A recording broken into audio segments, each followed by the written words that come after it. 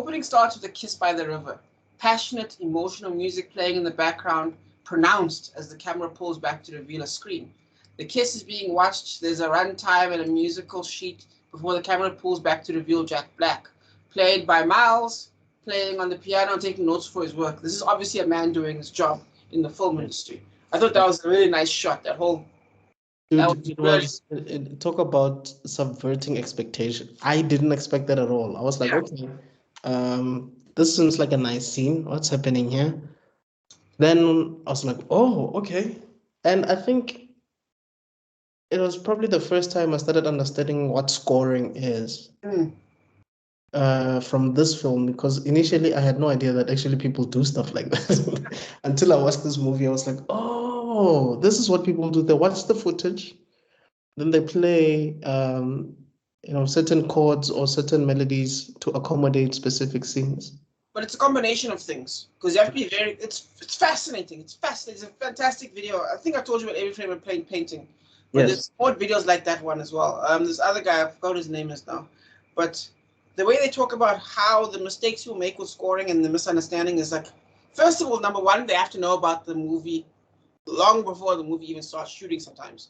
Like, for example, Christopher Nolan will be like, yo, man, this is like, I remember those things where hanszimmer was talking to Christopher Nolan. It's like, yo, man, I need a sound for this. This is the movie, etc., for Dark Knight. And that's how he formed the Dark Knight being while the movie was being shot. And then he added on later, and then they gave him time. You know what I mean? So stuff like that is fascinating. Oh, kind of like with, you remember with John Williams and Spielberg, that conversation, how John Williams came up with da da da da. Da, da, da, da, da, da, da, da, da, da. And then so he came up with that piece, and I think he came up with another piece, and then Spielberg was like, why don't you just use both? And that's how they came up with the theme for Raiders of the Lost Ark. So you're absolutely right. It's amazing how you can get briefed on something like that before you even start shooting. I'm assuming that they actually get the script, to read the script, and then I would assume so too. So they can understand the beats and everything that's going on. So you can gives them a vibe. Yeah. Like, I love it when they work together. Like, I think one of the problems with Hollywood is that everything is so mechanic, let's say that. Everything's so mechanic sometimes, that what happens is the reason sometimes the score will be bad is because they're like, yo, man, you've got here's the film footage. You've got 3 weeks. It's already edited, by the way. Like the music should be made while you're editing, so that way I know when to cut the music and when I can design the music. A good example is Lion King. Lion King was clearly made at the same time as the editing was being done. Right. Because like there's a scene when, you know, the stampede scene, right? There's a scene where like Zazu like sees Simba, and then like freaks out, and then the music goes, but it's in tune.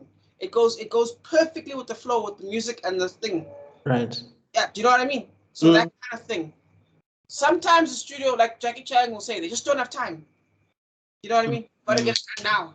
So I think that's the problem with some soundtracks that makes it so lame, is that you got 3 weeks, and hey, man, you could be the best artist in the world, but if you got 3 weeks to make something high quality, it's not enough time. Yeah, and you weren't involved in the editing process, which is what makes Scott Pilgrim. Edgar Wright. Edgar Wright, one of the best directors in the world. Man. Baby Driver. Yeah, Baby Driver, of course, but technically it's not just Baby Driver. It's also End of the World's End. There's a scene there where like he mixes music diegetic. Scott Pilgrim as well. When he's that man is as far as I can tell, he's the king of diegetic music. As far as I can tell, when it comes to mixing music that is actually in the thing with what they're playing. He's definitely one of the best in that field. Definitely. Absolutely, man understands pieces come together nicely. Cool. Who did August Rush?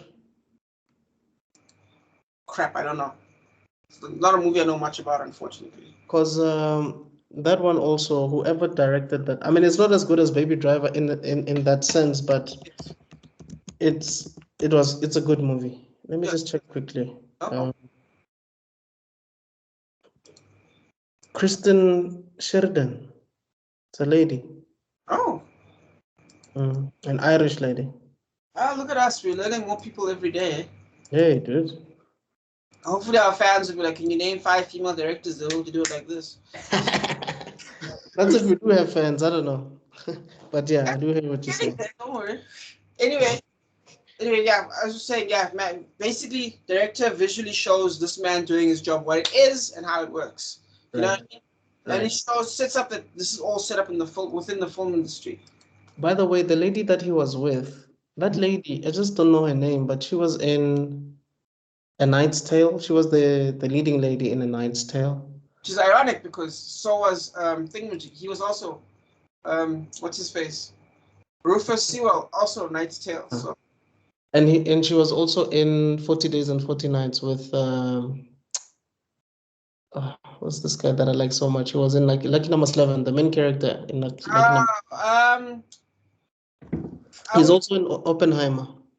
Yeah, I always forget his name because it's like I always think of, whenever I think of him, I think of like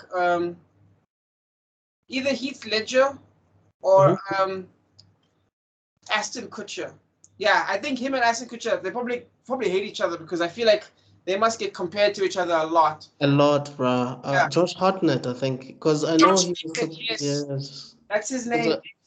He was considered, well, he was he was on the list of potential Superman actors back in the early 2000s when they wanted to make Superman fly by with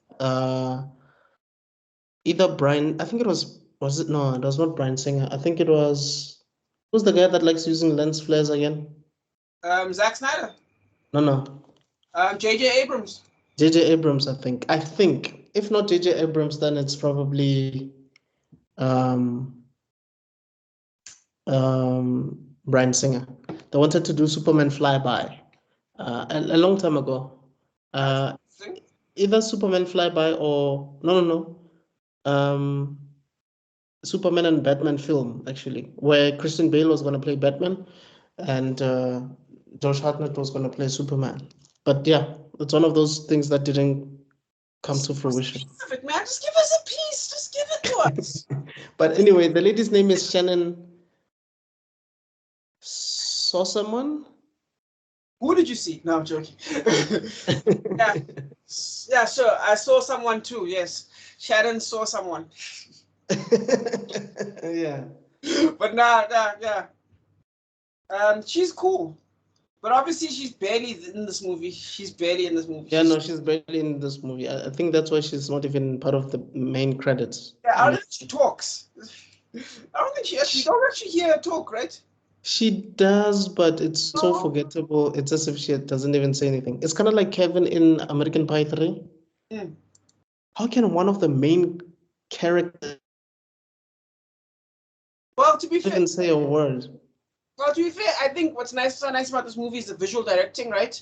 And I think what they did was they realized we're gonna get everything we need from her by not having her talk, because even with the scene like I'm about to get into now, with this scene, right, you can see she's talking on the phone, right? Girlfriend or wife having a phone call, laughing while he's there. He stares lovingly, right? He's 100% in love. But she's like looking away all the time. Do you know what I mean? Like she's like laughing at the time. She's not paying attention. Do you know what I mean? So now that I think about it, I think this was deliberate. The fact that she's not even saying much throughout the film is deliberate because we're seeing things from his perspective, not from hers. Meaning, the man who's all about sound and music can barely even hear the love of his life. Because he's too much good, because she's not saying anything. And she doesn't mean as much as the sound that he probably plays or hears on a daily basis. Yeah, and also it reflects that she's zoned out. She's on a phone call. She probably can't even hear the music he's playing. Do you know what I mean? Yeah. She doesn't even seem interested though. At all. And you can already tell that, you know. And then the dialogue makes it even worse because there's a voiceover that starts well, but like it starts with a nice meaning, a nice message, and then gets more and more cynical. It paints an odd picture when you combine it with the whimsical music. It's very, you know what I mean? Right. Anyway, from there we